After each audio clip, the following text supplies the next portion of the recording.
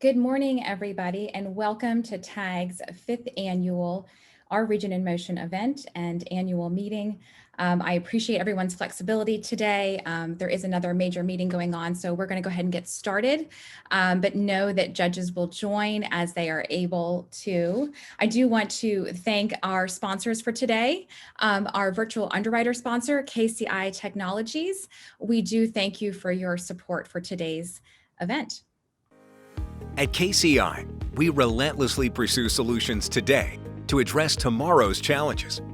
Our team develops holistic strategies and tailored solutions for the transportation, water, wastewater, facilities, and utilities markets.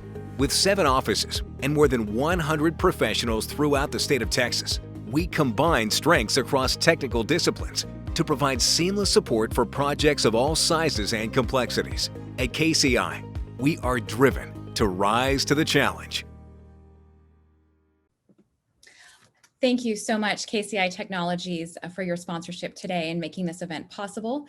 I do want to take a moment to thank our mobility movers today. They are Holloway Environmental, the Goodman Corporation, Civil Tech Engineering, and Pape Dawson Engineers.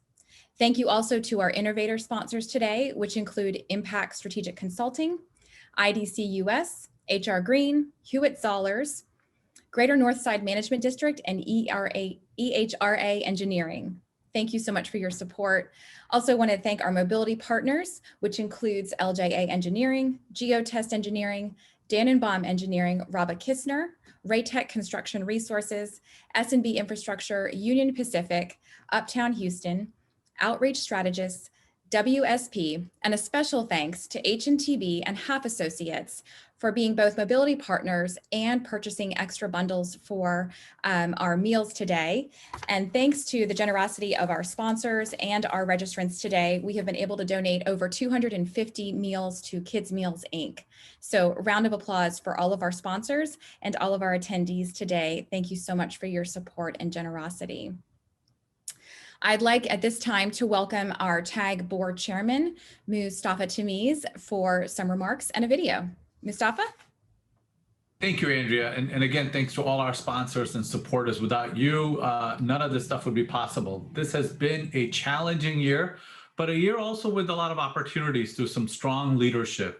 Andrea has provided that leadership for us at TAG. She's created a lot of these online events where we can connect throughout the year, talk with each other. So we've not only just done this, on the web, we've also done this in big ballrooms, and we've done this at the steps of the Capitol, inside conference rooms across Houston, in lots of different ways of building consensus around mobility projects and bringing more funding to the region. So I want to just play a short video, highlight reel for the year. So I just want to thank everybody for joining us for our 2020 annual meeting and conversation with our county judges. When we come together, we're doing it to make the lives of the citizens of the greater Houston area better. This is moving very fast. We should all be very concerned about this virus. Major cities across the country are looking more like ghost towns. Channel 2, the Houston Livestock Show and Rodeo will be shut down. We will adapt our strategy to overcome this virus. Hi, this is Andrea French, Transportation Advocacy Group, coming to you with a message to stay calm, connected, and committed during these challenging times. Good afternoon to you, and also thank you for all of you for doing this. I'm looking forward to the opportunity when I get to come see the group again in person. All in this together, we will come out of this together, and we will definitely be stronger together.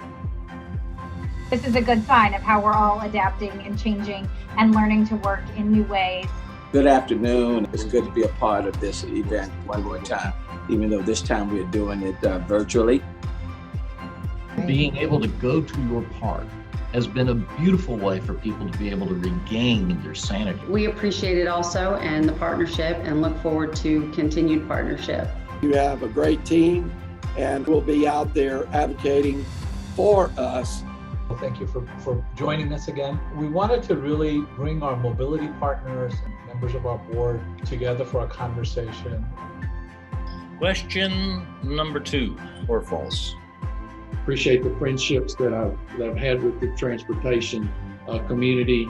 Thank you to TAG, and I appreciate this time that you've given me. Thank you all for engaging with me and letting me talk about my favorite topic. A great time with you guys here. The first hour just to get you guys pumped up. We hope everybody has their coffee with them. Thank you to TAG for keeping us connected, continuing to keep us connected even in these unprecedented times, and keeping us updated. And I think that's an interesting concept to tie transportation to healthcare. Please keep up the advocacy. Y'all are filling a very important space there, so well done. And you're innovators, visionaries, and I really appreciate it. Our structure was sound before COVID, and I think we're going to come back even bigger and better. What we do now is what impacts 10 years from now. And as we continue to grow as a state, we can't fall behind. I want to let y'all know how much I appreciate the work that TAG does. Your collective efforts for transportation are very important.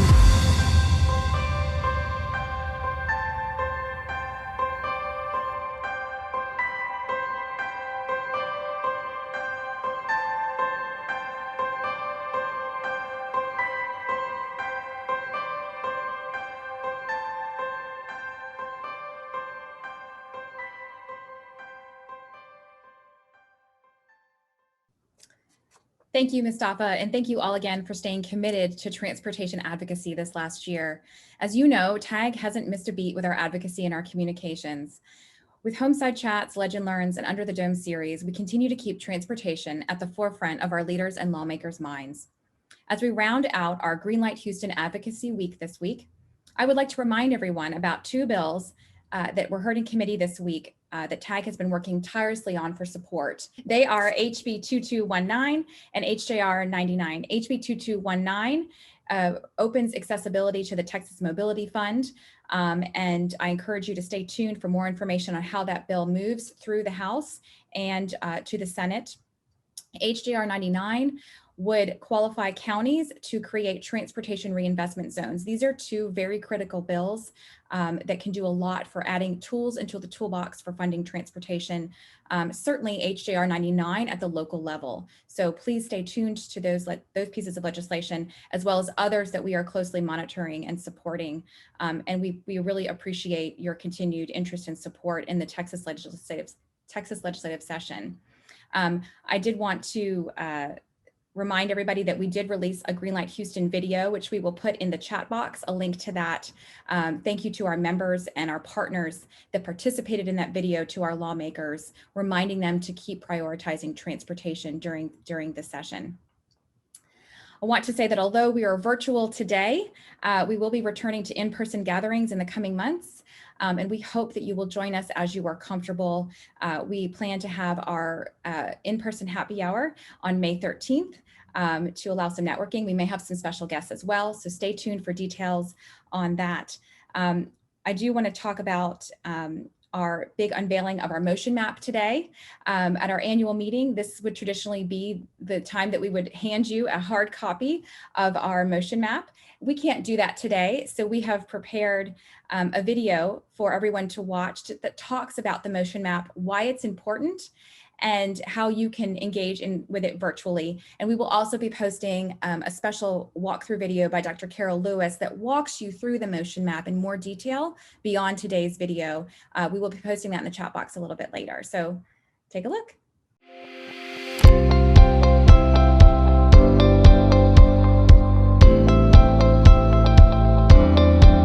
I think one of the great things that's happening with the motion map is how it brings the local leaders together, and the different agencies are collaborating to identify the mobility needs for the region. What the motion map is a map that actually shows all the current and future projects that is in our region, which includes all kinds of projects, not just roadway projects, also include high-speed transit project and high-speed rail, and all the other hike and bike trail type project is also included.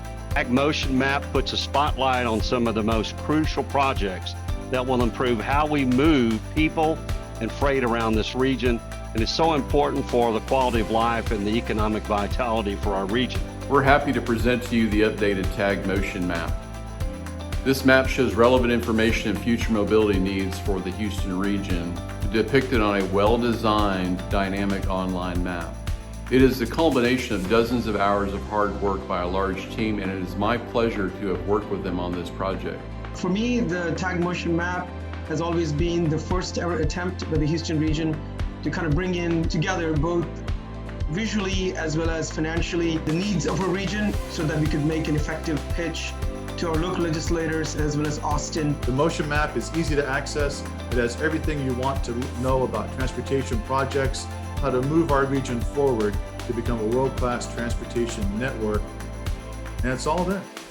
As the region's needs continue to grow, we look forward to partnering with TAG and other partners in the region to address those needs. The motion map shows our united and our combined view of our region. And I think that's so important that every one of us, I think, can rally around that motion map and say, this is where we want to see our transportation future.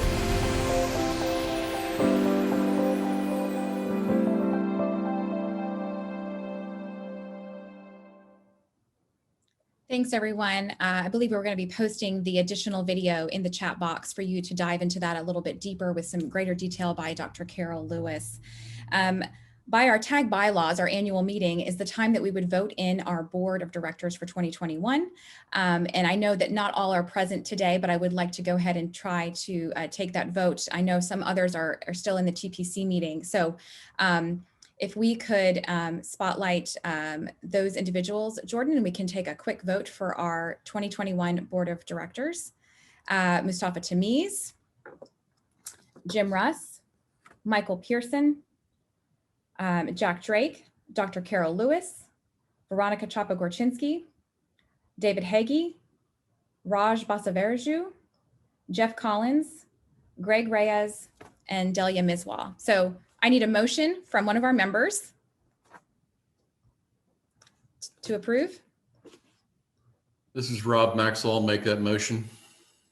Thank you, Rob. Can I have a second? Kim Stockleven, I'll second. Yeti. Lots of seconds. Okay. All in favor, say aye. All right. Aye. Thank you. I don't think there's any opposed. So with that, I'm pleased to introduce our 2021 TAG Board of Directors. So we look forward to serving our members again for another great year. And we can't wait to see what's in store for TAG as we move forward and start to go back to normal shortly in the coming months. So with that, I want to go ahead and get started with our program today. We are still missing a few judges that are still in the TPC meeting. They will join as they are available, but we want to get started. We are mindful of everyone's time today. So with that, I would like to welcome the judges that have joined us. I see from Fort Bend County, Judge KP George, from Harris County, Judge Lina Hidalgo, and from Waller County, Judge Trey Duhon.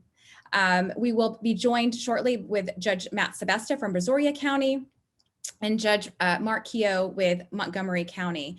And so I also want to introduce our special moderators for this discussion. They are Delia Miswa, Director of Marketing for Uptown Houston, and Jim Russ, President of EHR Engineering. We look forward to this discussion. We have some great questions for our county judges. And so with that, I'm going to hand it over to Delia. Thank you, Andrea, and thank you all to our county judges for being here today. I am Delia Miswa. I'm a proud TAG board member and Director of Marketing with the Uptown Houston District. I'm joined today by Jim Russ, TAG Board Vice Chair and President of EHRA Engineering. With 5 judges, our challenge is achieving brevity, so we cover the most ground.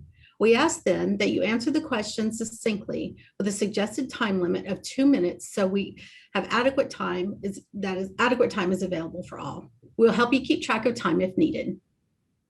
It certainly doesn't seem like it was just a year ago that you were all gathered on a stage at the Houstonian Hotel for our 2020 annual meeting before a crowd of 400 people.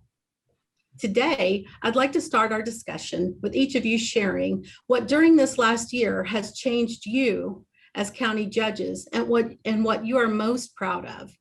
We will start with Judge Sebesta, who is not here right now. So we'll go on with He just joined. Look at that. The timing was impeccable. I'm here. We'll start with, okay, that's awesome. We'll start with Judge Sebesta, followed by Judge Hidalgo, Judge Duhon, Judge George, Judge Keough, and you will each have 1 to 2 minutes. Thank you very much. I think the question was over the last year, the change. Hello, Jimbo. Hey, how are you, Judge? We'll go ahead and get started with the first question here. So, but again, I want to say thank you to all the judges for joining us today. And although we might be missing one, we'll continue forward in the order as Delia had indicated. And we'll start off with the first question. So, first question being, following up on the impacts of COVID-19 and how these types of emergency management situations seem to arise more often now, and we know we're not far from hurricane season. Can each of you highlight your confidence or concerns related to evacuation routes for the greater Houston region?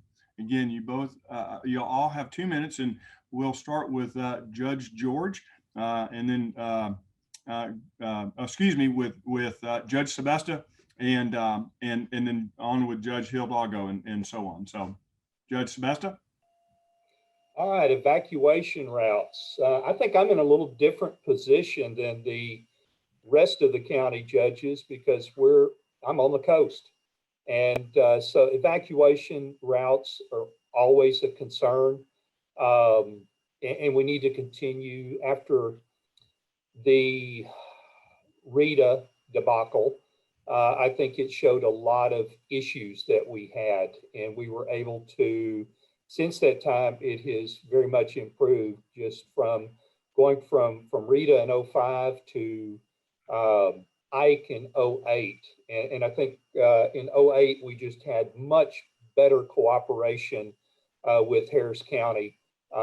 Judge Emmett at that time was a fabulous partner for Galveston and Brazoria counties in making sure that we had opportunities to get out, because we're at the tip of the sword or the tip of the spear when we have a hurricane event.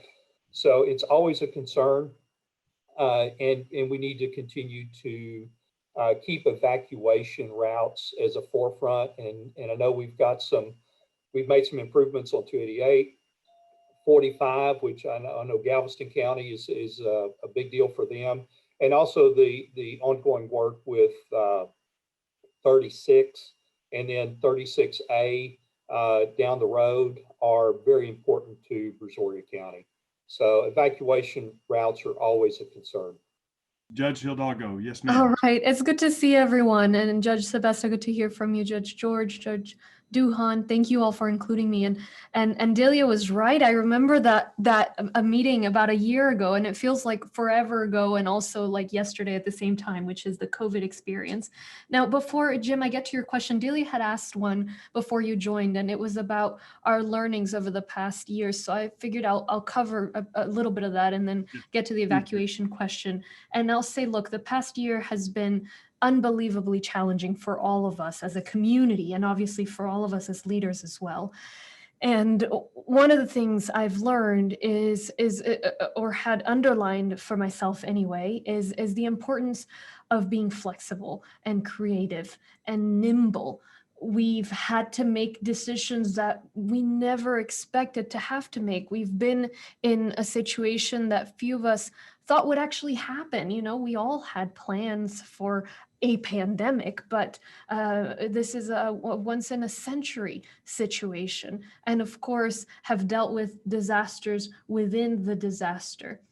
In all of that, it underscores that importance of flexibility. And so when I think of transportation, I think of it similarly. I think that the biggest challenge now in addressing the transportation challenges of our region and the obstacles we have, it may not be transportation itself.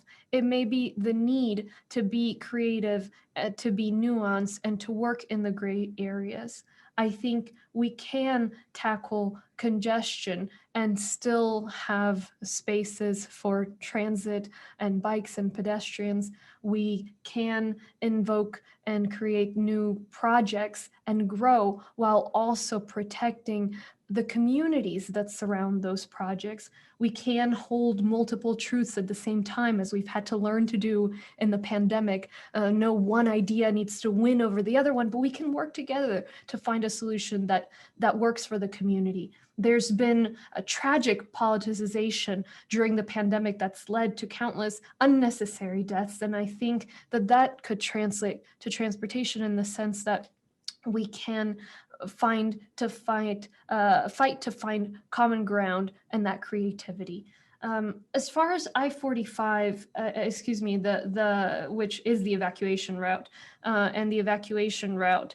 When I think of evacuations, I think of I-45 because we are in the project of the development of that project, and the challenge is, of course, we've gotten a lot better when it comes to evacuations. It's a far cry from Laura to Rita. Of course, it was two very different things, but since the time of Rita, we have developed the zip zones, which is a much smarter, a better phased way to have evacuations so that not everybody leaves at the same time.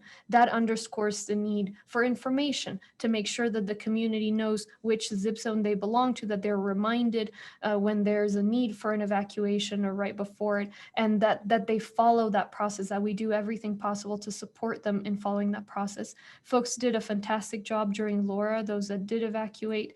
And part of what helped us with that was also the ability to send targeted wireless emergency alerts, which is a capability we didn't have before, those cell phone alerts that can go to particular regions. So that's progress.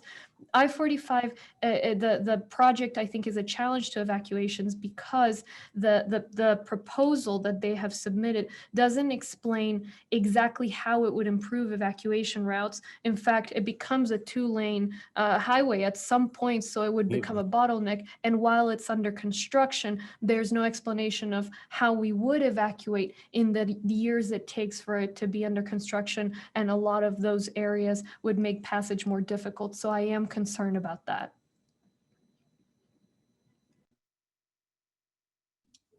All right, Judge Hidalgo, thank you very much. Next, Judge Duhon, if you would please share with us what your thoughts are about the evacuation, but then also, if you would just touch briefly on that first part that I accidentally skipped over of how this past year has kind of shaped you as a judge and what you're most proud of. So, Judge Duhon. Thank you, Jim. Let me start off first by just thanking TAG, Andrea, yourself, Delia, for putting this on and for hosting. I appreciate this. It's an important issue. All the topics are important for our region. You know, this is, I'm now in my 7th year as county judge in Waller County, and I have experienced 7 events or natural disasters or FEMA level events. So I'm averaging 1 a year. And in that, you know, we have become very sharp when it comes to emergency management. So the one thing I can say is, even with COVID, you know, we have a plan in place. We execute that plan. COVID, without a doubt, has been the most challenging event that I have dealt with during that 7 years. Not just because of the length of time, but because of the volume of information that has been coming at us, the efforts to coordinate testing, the efforts to coordinate vaccinations, doing that to try to get as many people vaccinated as possible so that we can get towards that herd immunity. It has been challenging beyond imagination, and just making sure people have good, accurate information so that they can make good decisions has made it a huge challenge. But all that said, you know, again, we're all directors of emergency management for our counties. We all know when things happen that we have to make decisions. Those decisions need to get made, and because those decisions can impact lives. And I have every confidence. I mean, you look at, you know, the hurricane season coming up. You know, Waller County is a pass-through county. Most of the folks in Waller County, if there's a bad hurricane, they're not going to evacuate. They're going to stay put. Nevertheless, you're going to have a lot of folks coming through Waller County, both on I-10 and 290. And we saw what can happen when you get a lot of people on the road at once. I mean, Hurricane Rita, I think most people who are here during that still remember it vividly. And I think we've taken a lot of measures with the contraflow lanes, having plans in place, making sure people don't run out of gas, making sure they have the needs. And again, we will execute those emergency management plans if that event ever arises. And I think you will find that response will be much improved than what we saw, during Hurricane Rita. I hope it doesn't ever get to that point and we don't have an event like that, but I'm confident that if it is, we can all work together regionally to make sure people get taken care of. Thank you, Judge Duhon. Next, Judge George, if you would, again, share with everybody how this past year has changed you and what you're most proud of, and then proceed on, if you will, with the evacuation question. So, Judge. Thank you, Jim, and thank you, everyone, especially TAG. You guys do an amazing job talking about, in my opinion, one of the most important things, mobility. And, when we talk about it sometime, maybe the Houston area, maybe 8-county region is maybe around 3% or less than 3% of the land mass of state of Texas, but we have almost 24% of the population right here. So that explains the need of transportation when you talk about it. So I tell you what I'm proud of. See, when you're challenged, how you react to or how you behave yourself is the best way to look at your personality, your strength. And the last year was challenging. And put every one of all these judges I'm seeing here, everybody, was challenged, and one in maybe 100-year thing happened. And I believe what I'm proud of, when it comes to testing, that's where it started. We turned out to be per capita basis. We were always stayed on very top in state of Texas, because I believed obviously testing is one of the way we can identify what is really how deep the problem is. And also after that, there are numerous events. Of course, now we are in the phase of vaccination. Around 18% of Fort Bend County is vaccinated right now, comparing state maybe around 10 or 11%. So that is, I think it is a proud moment, and it's a work of so many people together. And I'm very honored to be here, and I'm thanking Fort Bend residents for giving me an opportunity to serve them. So we talk about what is the evacuation routes and things of that nature. And obviously, we all know that always we thought hurricane is the major threat for this region. Then last year, we realized that is not. A pandemic can be the biggest problem. Then we said, here we go, the Uri, the winter storm can even more devastating. So things are changing on a regular basis. As Judge Duhon mentioned, we are also considered as a pass-through county. So we know that Highway 59, Highway 36, and these all highways, and also our Grand Parkway, these all roads it is our job to make sure those who wanted to evacuate from the coastal region, we wanted to accommodate them, and that actually we did that. Any kind of evacuation, we opened up our toll road for free passing, and so we will continue, because I believe any kind of disaster, any kind of issues we talk about in this caliber, it is a regional issue. And we always will be working with our regional partners, especially our regional counties, because it is not a one county issue or two county issue. So answer your question, also we are getting close to a hurricane season about to be started. And I've been told it is going to start 15 days earlier than last year. So our OEM coordinator and others are working very hard to put together. I like to always have a blueprint of how we will be managing, and we are in the process of doing that, and also coordinating with all our jurisdictions. So we will continue to work with our jurisdictions inside Fort Bend County jurisdiction, also our regional partners, to make sure we do everything possible to work with other partners so that we all can together address the issue. Thank you, Judge George. welcome, Judge Keough. We appreciate you joining us today. We will wrap up this first question with you and ask first if you would share with us again how the last year has changed you and what as a county judge and what you're most proud of. Then follow up with the question of, again, following up on the impacts of COVID, how these types of emergency management situations seems to rise more often now, knowing that we're not far from hurricane season. If you would highlight your confidence and concerns relating to evacuation routes throughout the Houston region. So, Judge Keough, thank you for joining us. Well, thank you, and thank you for doing this. I apologize for being late because I was in a TPC meeting, and so thanks for having me at this time. You know, for me, as I thought about the question of what has changed me as a county judge, as I look at the big picture of things, I think this whole series of events that has taken place this last year, and I know the other judges can probably identify with this as well, is that it causes us to see far beyond just the budget, roads, bridges, infrastructure, that sort of thing. It for me showed me how I am entrusted by the constituents of this county.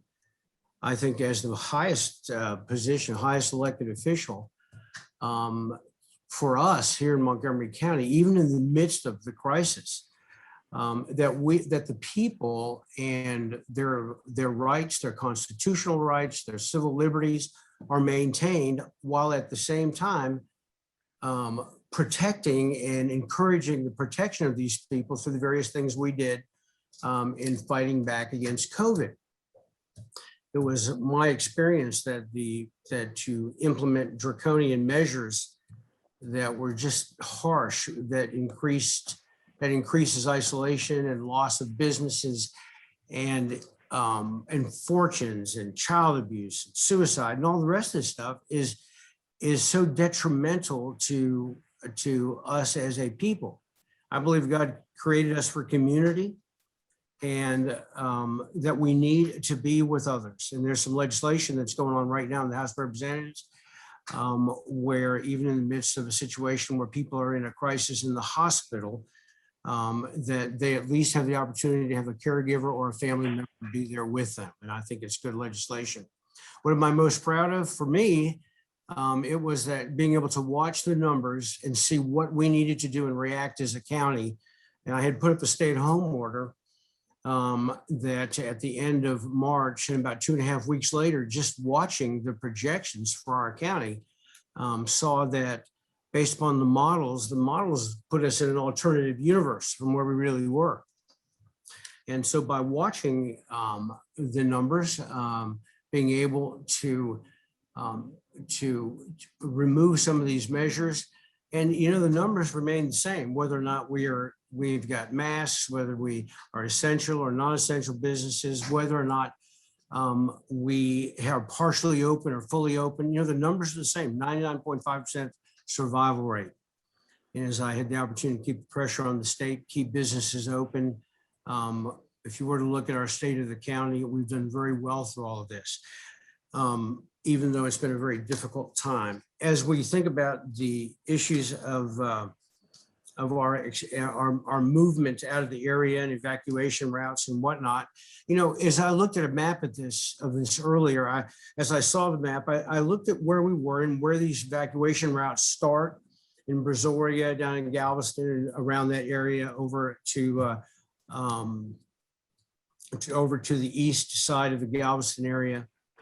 And the real issue, and I think Judge Hidalgo alluded to this, is that the communication that we have to have in order in coming into a season that now is potentially laced with additional issues because of COVID, the communication is essential, and that we have to all be talking to one another. I so appreciate when other county judges will give me a call and tell me what they're doing. Again, I just mentioned Judge Hidalgo in a number of events. She called me specifically to let me know what her plans were and gave us a heads up on what's going on. And And if you're going to have an evacuation, we are through the state plan, a pass-through county. So we're going to shelter in place. We're going to stay where we're at. But yet we have all this activity that's flowing through heading north. And so I think that that communication is essential to do that. As far as the routes are concerned, I'm confident there's ways we can improve technologically and whatnot, but these are the routes. There's not much else we can do short of building new routes and new roads. So from that perspective, I think we're prepared and we're ready for what's potentially coming up. Remember, it was the tax day flood a few years ago that really set all this off, it seems. So we're approaching that time rapidly. Fantastic. Thank you very much, Judge Keough. And we'll circle back around to Judge Sebesta to fill us in on the first intro question that I had overlooked. And again, I apologize. But Judge Sebesta, if you would, please share with us how you've grown as a county judge and what's you're most proud of over the past year. Well, growing's probably been about 8 pounds physically, and you see a lot of gray beard here. It has been a challenge. I'm going to go back to Judge Hidalgo, flexibility. We have to be flexible. Something that Judge Duhon mentioned on the number of events. I'm in my 7th year as county judge, and we've had 5 floods. We've had the weather event with the freeze last month, and we're now in month 13, 14 of a pandemic. The only thing we have not had in my time as county judge is a hurricane. And knock on wood, you know, we were threatened by 3 different storms. We had millions of dollars in damage to our beaches with the loss of sand. But one of the things that I have learned, some of those departments that you just don't work with on an everyday basis, and my health department, they're damn rock stars. They have been absolute rock stars.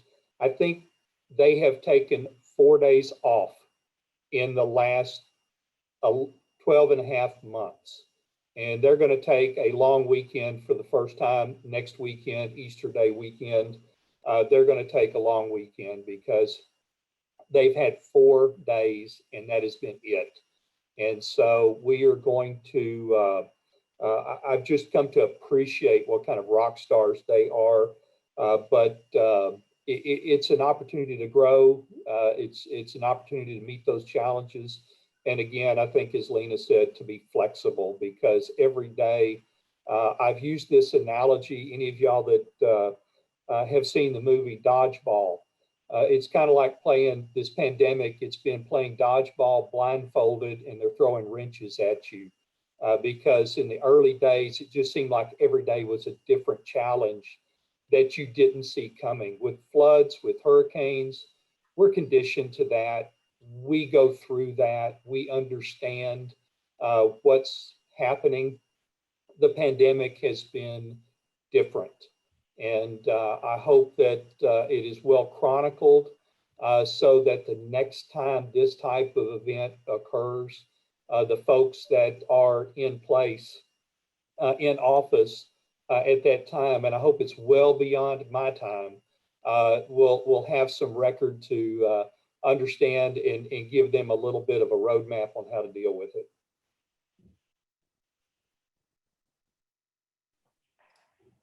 Thank you, Judge. Okay, we'll continue.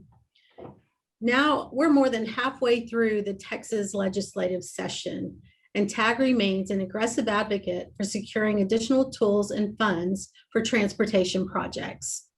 One of the tools TAG supports is TRZs, or Transportation Reinvestment Zones, but counties currently do not have the power to create them. House Transportation Chairman Terry Canales has introduced House Joint Resolution 99, HJR 99, which would grant counties this power. Would you share with us how this funding option could help your county? And remember, you each have 2 minutes. We'll start with Judge Duhon, followed by Judge Keough, Judge Hidalgo, Judge Sebesta, then Judge George. All right. Judge Duhon? Well, thank you for that. You know, I think anybody who's heard me at any of these events knows that I am all about local control, and I talk about it all the time. I'm always quoting whether there's some debate on whether it was Thomas Jefferson or whoever said it. The government closest to the people serves the people best. And whoever said it is a true statement. And as a county judge, I can say the more tools that you give us to be able to address the issues and the problems on the local level, the better off people will be. We know the problems in our areas. We know the issues. If I can have that tool in my toolbox where I can say, okay, we've got this issue here. How do we address it? How do we fund it? And I can put a TERS in place and create that TERS and then create the revenue to then build the road or pay for commuter rail. I mean, whatever the issue is, we need more tools. You know, it brings up an issue. I don't know if anybody's read this yet or not. It just came out, the Texas Metropolitan Blueprint, which was published. It's a pretty impressive document. It's a policy agenda to secure competitiveness and prosperity in Texas, put out by the Kinder Institute at Rice University, the LBJ School of Public Affairs in Austin, and the SMU Bush Institute of Economic Growth in Dallas. These are powerhouses.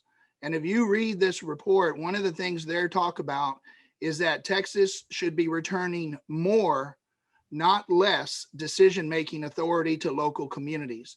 There has been this tendency over the years to take away the control from the local governments and the local entities. We should be moving the opposite direction. We should not move away from locally focused conservative governance. We should be looking for ways to empower local innovation, not blocking it. And the report itself says, looking ahead, the challenges facing the state's metro areas, economic revitalization, land use, housing affordability, homelessness, school funding, vary tremendously across the state. We have 254 counties. I can promise you in each county that the issues and topics are different. Local leaders need the resources and the authority to craft policies that address the needs in their community. So we need Texas to be empowering us to be able to do things in our local areas. And TERS would be just one tool that I would love to have to be able to do that. Thank you, Judge Duhon. Judge Keough? Yeah, I am in full agreement with Judge Duhon. I can tell you we have we have these tax increment reinvestment zones and then the tax increment financing, but we don't have it for the county as it relates to transportation projects. And as I looked at this and as I kind of anticipated this question, I looked up HJR 99 and where we were at in the House of Representatives right now, and it didn't pass out of committee yet.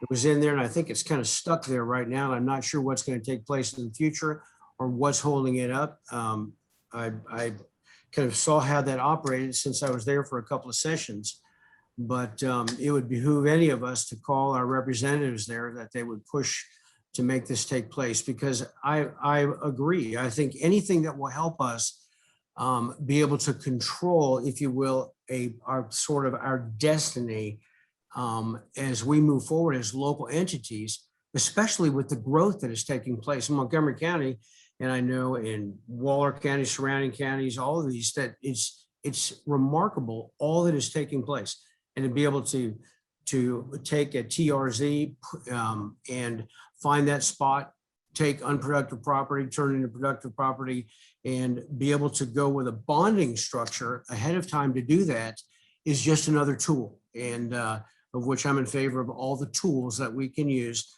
to promote transportation. Thank you, Judge Keough. Judge Hidalgo?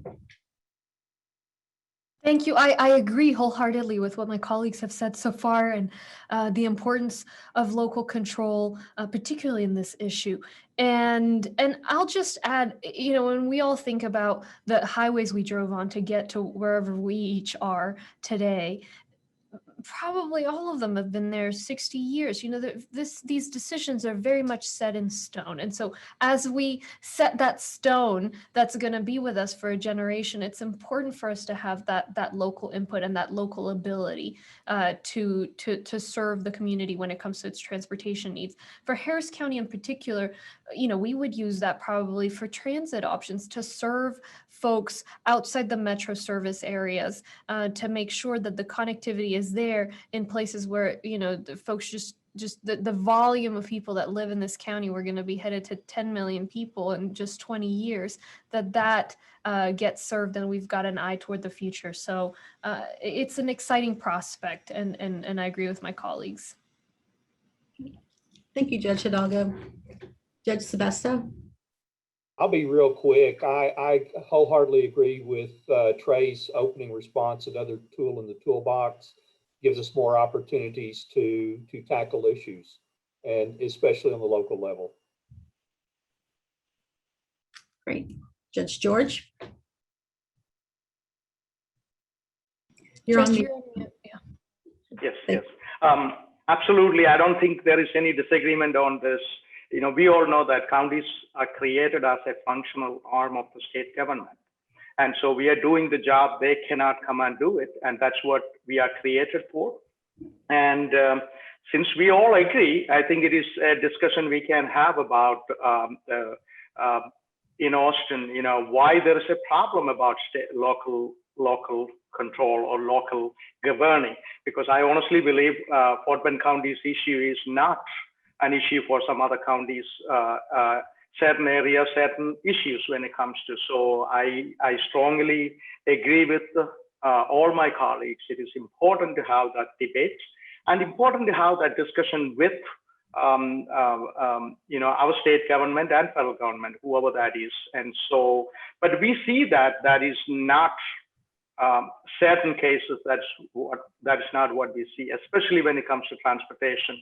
Houston area, I continue to grow, and somebody mentioned that the Houston area is continue to grow.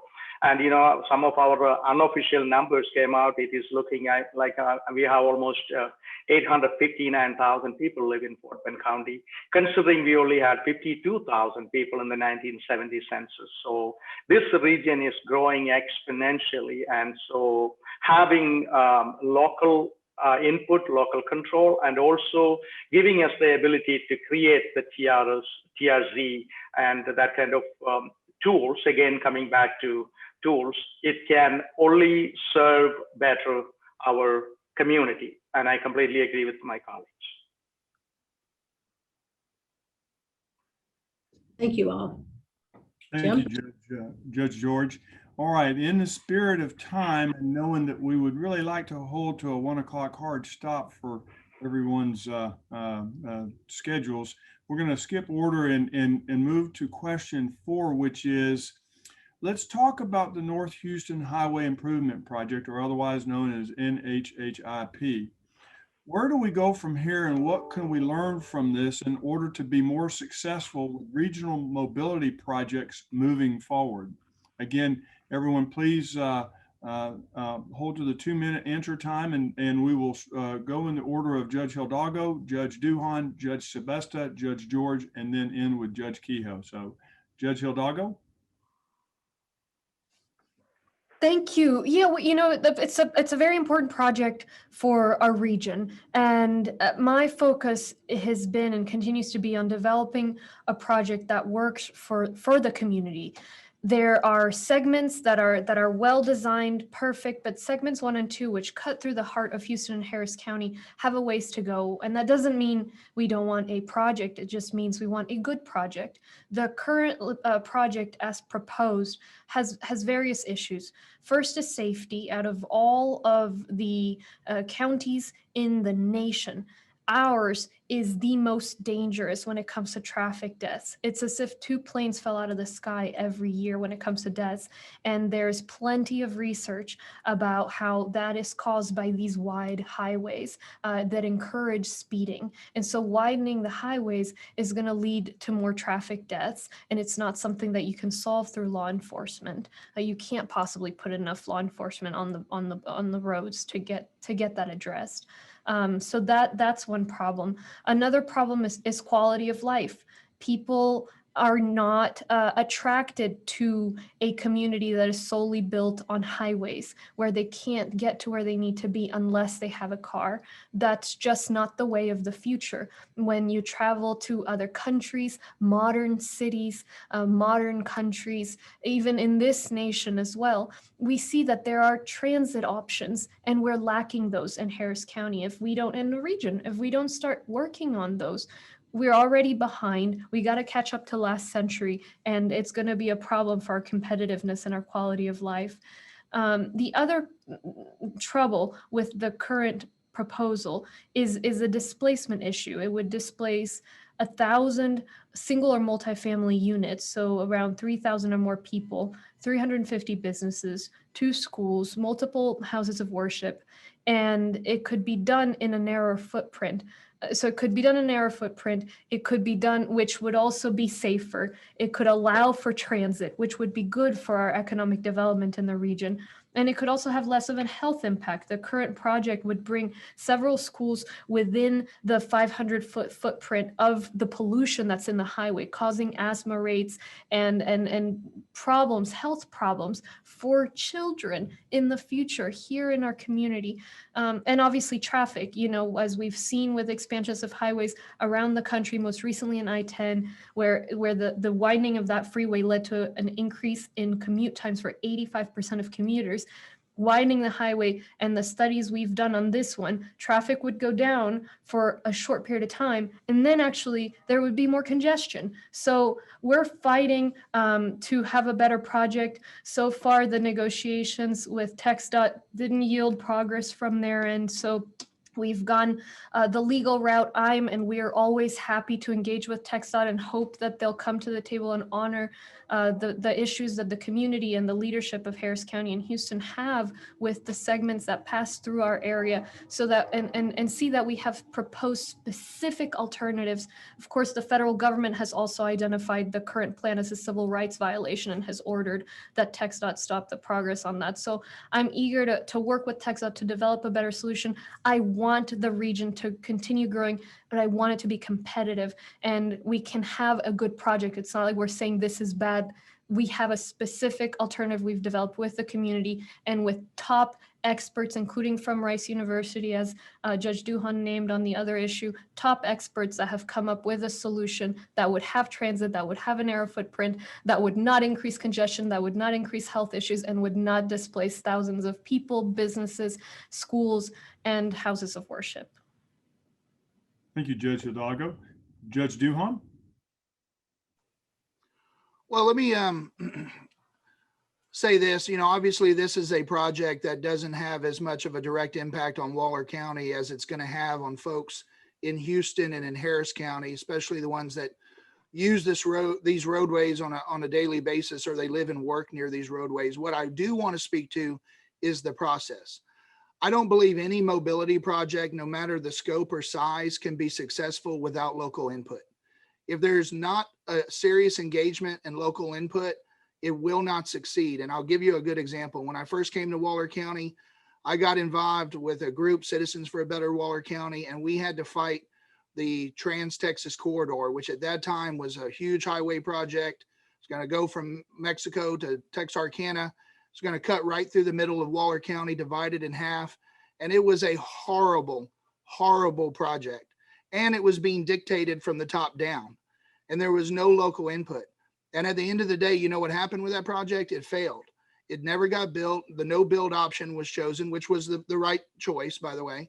And so any project that's done like that has to have local input. As a result of my involvement in that, I ended up on the I-69 advisory, Citizens Advisory Committee to the Transportation Commission. And what we did on I-69 was we said, look, let's have regional, local input groups and let these areas decide what this project's going to look like through their areas. And what do? You get a successful project. And you look at I-69, which is now, a reality. So you got to take a local input approach. I would encourage, I support Harris County. Unfortunately, it's unfortunate, but sometimes that's what it takes to have local input. I mean, I'll give you another example. And I know this is something that, some of the other areas on, here would support, but high-speed rail in Waller County. One of the issues we continue to have with this project from day one is that we have been cut out of the process. We have tried to engage and coordinate with different entities to make sure, because of the impacts it would have on our community. And we were basically not allowed to really have any significant input.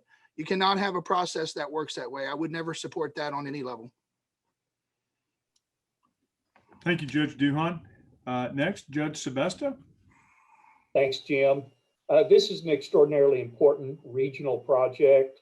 And again, as Judge Keough mentioned, he was late. I was late coming into this call because that was what our morning was filled with Transportation Policy Council. And the majority of the time we spent on that call was on this project. It is a project that's been going on for quite a while. There is a lot of community involvement. There's a lot of community input, and there will continue to be. It's a project that there's going to have to be some consensus found for the project, because not everybody's going to be happy.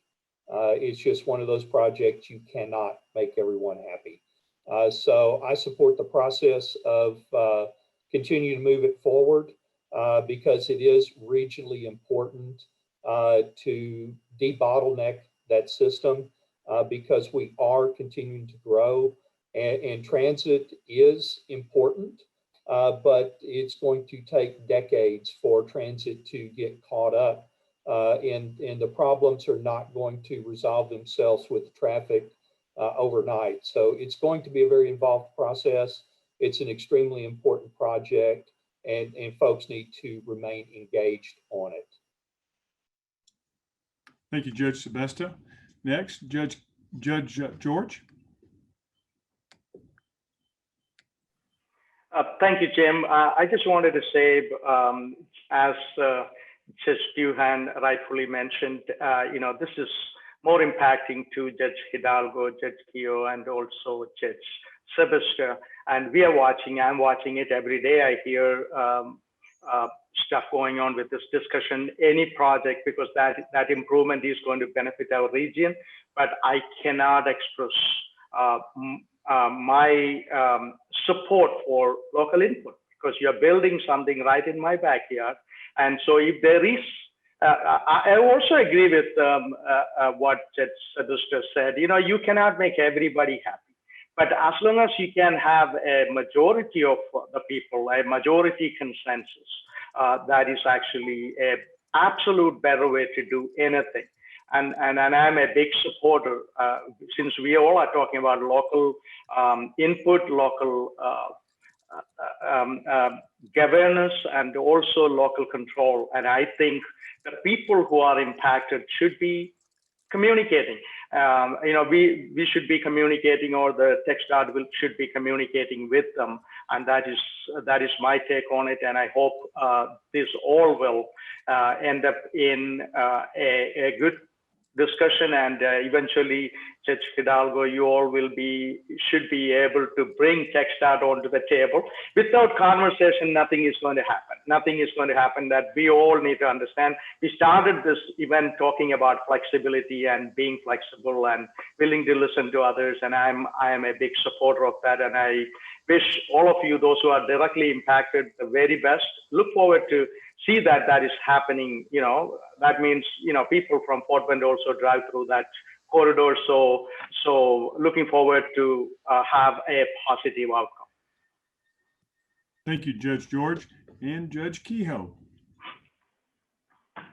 The NHHIP issue, I have been on the committee with TPC for the memorandum of understanding. the drafting of that, working with TxDOT and various entities.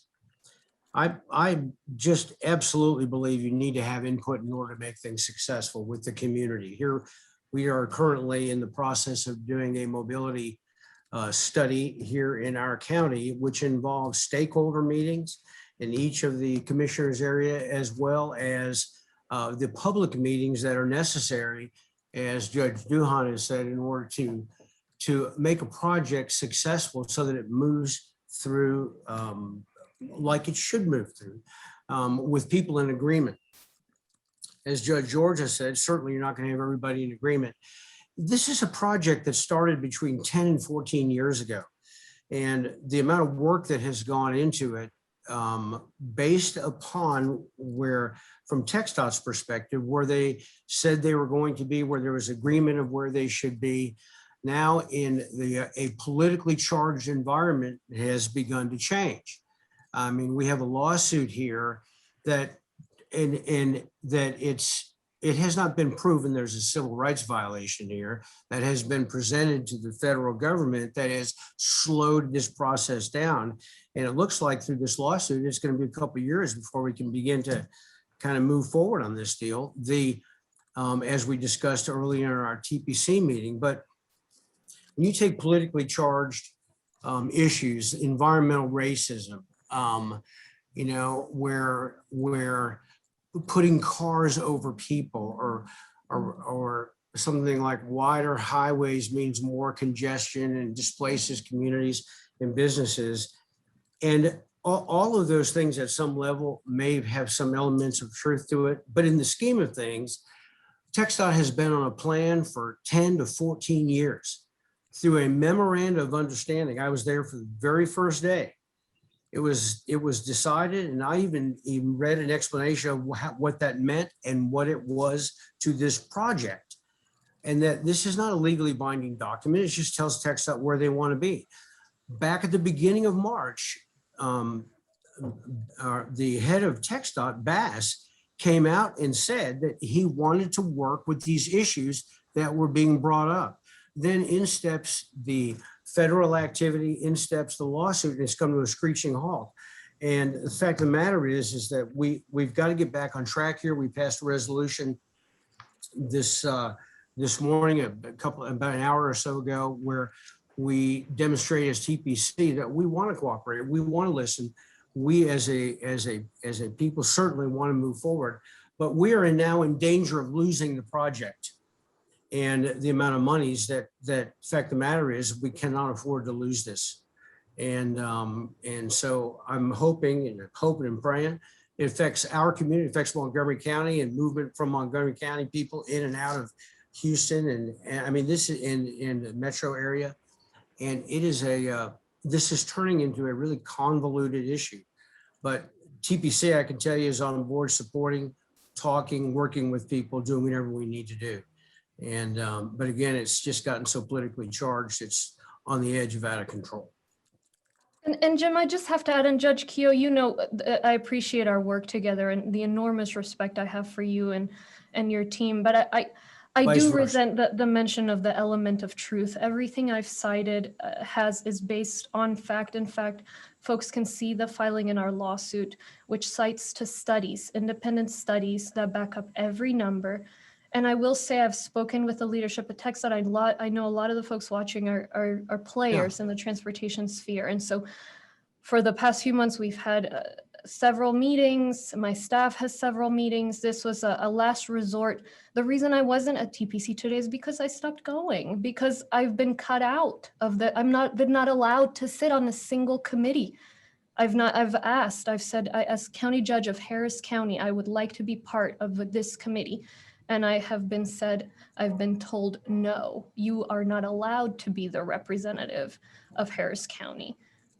So, you know, lawsuit is a last resort, but certainly, you know, we shouldn't have a situation where it's the way of the state or the highway. We need a project that works for the communities it's crossing. And there is an alternative that we've spent many hundreds of thousands, if not millions of dollars of county dollars and city of Houston dollars working with Rice University, working with experts to develop an alternative and saying, you can't just hear the community and simply not incorporate their concerns.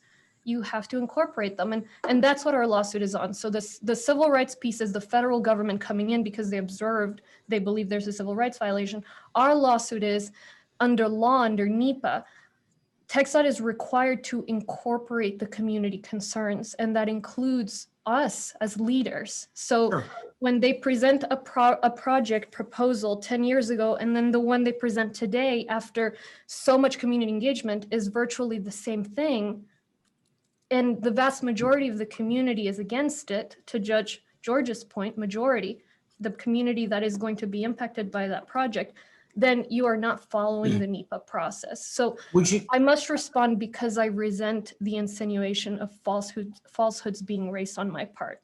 And that is not true. And I invite people to look at the lawsuit we filed, which cites to the long document that experts, not me, put together. Thank you very much, Judge Hidalgo. And thank you all judges very much for y'all's answers to that very tough question. So at this point, I'll turn it back over to Andrea, and she will ask for some questions from the audience, and then we'll try and close out and get everybody on with their afternoon. So again, thank y'all very much for joining us today, and thank y'all for participating. Andrea? Thanks, Jim, and thanks, Dahlia, and thank you to our judges. I know these are really tough conversations, and part of TAG's role is to really convene these conversations so that we can work through some of these issues, and they're super complicated, and we really stand ready to continue to convene these conversations as we move forward. We know that clearly what this conversation has demonstrated to us is that transportation is important. It touches all of us. And I think it's a reminder that we consistently have to stay engaged and involved. And while there are many other issues and sectors that are critical, this clearly has put transportation at the forefront for our region. And we look forward to being a partner to the conversations and ensuring that we have the best model and plan for our region moving forward. So with that, I know we don't have a lot of time, but we did have a question. It was directed towards Judge Keough from Montgomery County, asking about whether you do have shelter in place options for folks coming from the Houston-Galveston area during a possible evacuation or hurricane issue. Well, we ourselves do not have, we are shelter in place right now because by state, in the state plan, we are a community that doesn't evacuate. So yes, we do. We have plans in place for that if we need to. And we have a emergency management. We do, we've learned a lot in the COVID deal, but we do pretty well at water activities and hurricane activities.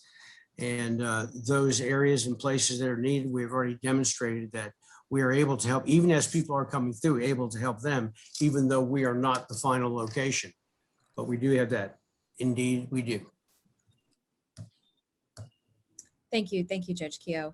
I think we have time for maybe one more question. Yes, nod, maybe. So I wanted to, there was a question that was asked.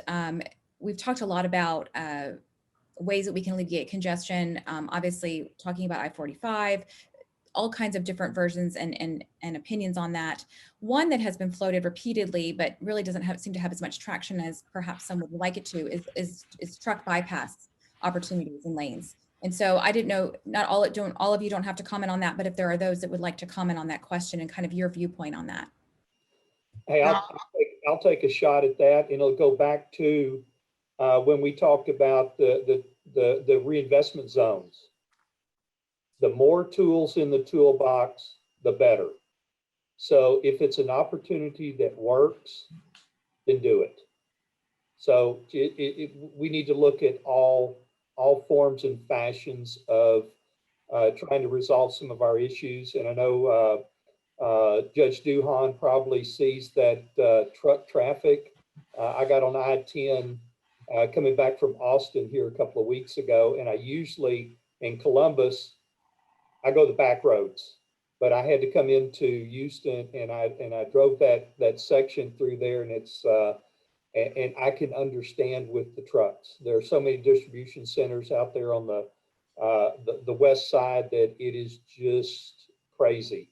I know there's a lot of construction, but I think any opportunity, because we all know when a truck is in an accident with a passenger car, the truck's going to win. So if there's an opportunity to segment those out, then by all means do it.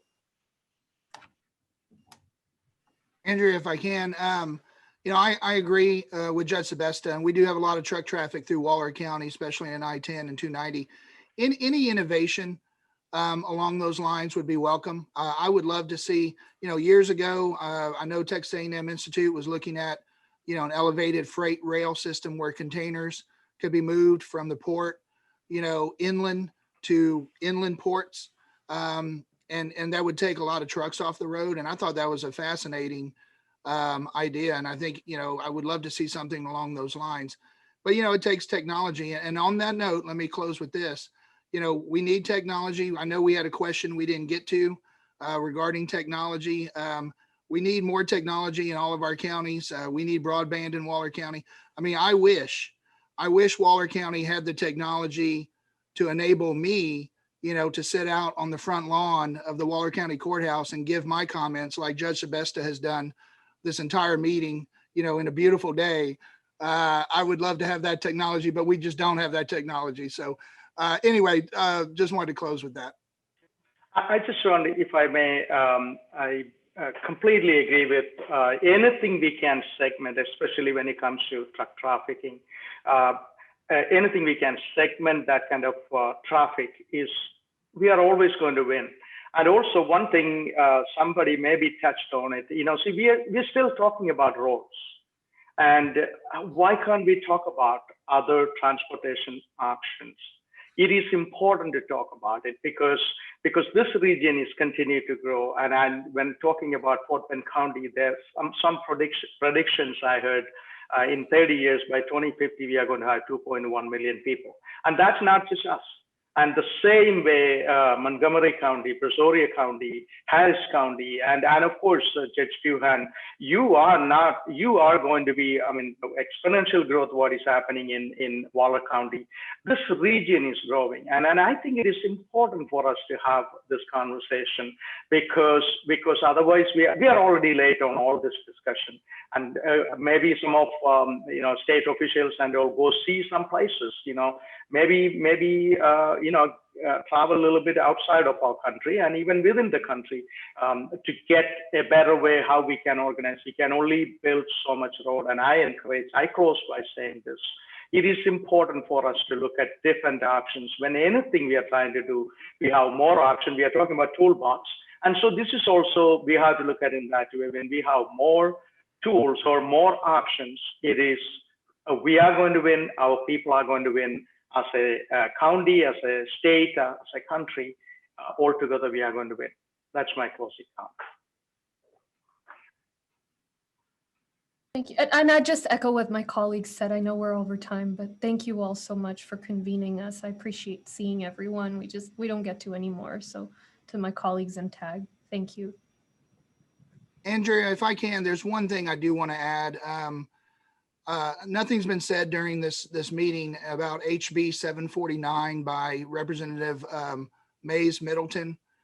It's a bill that basically would prohibit counties and local entities from spending money on not only lobbyists, but also nonprofit associations that engage the legislature.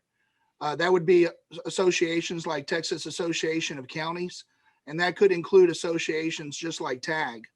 And I'm really concerned. I don't think the bill is moved out of committee, but people need to be very careful about this because, I cannot follow every bill during a legislative session. I rely on groups like TAG and groups like TAC to let me know when there are bills that are important to Waller County. And if those organizations have to be able to advocate on our behalf. And so if we don't allow those organizations, if we throw the baby out with the bathwater, it's going to be disastrous because it not only silences me, it silences the citizens that I represent. I mean, it's very troubling because there's an implicit assumption in this bill that if a local government entity uses taxpayer dollars to fund TAG or TAC, or even hire a lobbyist if that's the case, that in doing so, it goes against the best interests of the taxpayers and the citizens. And I'm sorry, that's flat out false.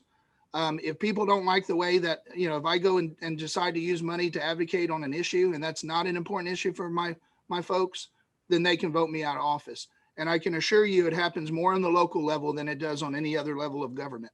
So anyway, HB 749, people need to keep an eye on that and make sure it does not become a law. Thank you. Thank you, Judge Duhon. And we are, I'm actually corresponding with the Speaker's office to double check on that. So I'll stay in touch with you about that. I know we are over our time, and our judges have the work of being judges to get back to. So I do want to thank everybody. And I know our chairman wanted to make some closing remarks. Mustafa? Andrew, you used the word our judges working. The role of county judges has always been important to Texas, but in the last 2 decades, the role of as emergency managers that even elevated that even more than ever before. And TAG's been a place where you all come together as equals, have candid conversations and build consensus. And so we thank you, not just for being here today, but the work that you do throughout the year and all your leadership for our region, not just in mobility and transportation, but in everything that you do. With that, I want to play another short video to exit us out and thank all our partners, sponsors for supporting TAG, and our county judges for their leadership and their service.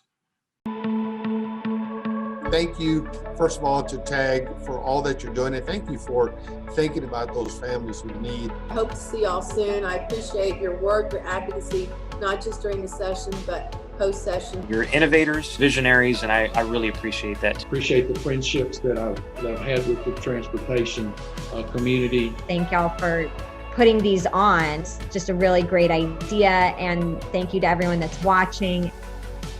Definitely thank you to TAG for keeping us connected, continuing to keep us connected even in these unprecedented times. We're all in this together. We will come out of this together. We will definitely be stronger together.